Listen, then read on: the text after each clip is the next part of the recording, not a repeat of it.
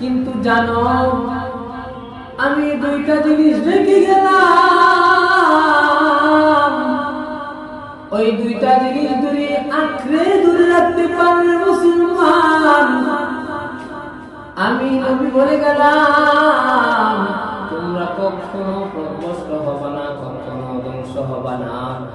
রাহমাতুল লিল আলামিন বলেন ক্বালান নবী সাল্লাল্লাহু আলাইহি ওয়াসাল্লাম তারাকতু ফীকুম আমরাইন লান তাদিল্লু মা তামাসসাকতুম বিহিমা কিতাবাল্লাহি ওয়া সুন্নাতা রাসূলি। আল্লাহর রাসূল বলেন হে উম্মত, আমি তোমাদের মধ্যে দুইটা জিনিস রেখে দিয়েছি, ওই দুইটা জিনিস যদি আঁকড়ে ধরে রাখতে পারো, ওই দুইটা জিনিস যদি তোমরা আঁকড়ে ধরে রাখতে পারো,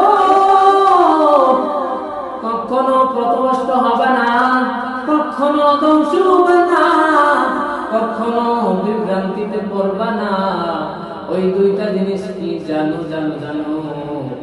এক নাম্বার হলো কিতাব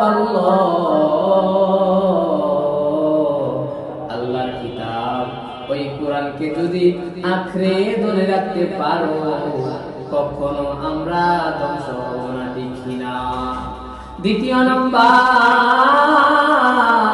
ওয়া সুন্নাত রাসূলি, রাসূলের সুন্নাত, কুরআন এবং রাসূলের সুন্নাতকে যদি আঁকড়ে ধরে রাখতে পারি, নবীর সুন্নাত তরিকা যদি আমরা মেনে নিতে পারি, রাহমাতুল আলামিন বলে দুনিয়ার মানুষ এই দুইটা জিনিস যদি তোমরা নিজের মধ্যে গ্রহণ করে নিতে পারো, তোমরা সোনার মানুষে পরিণত হয়ে যাইবা।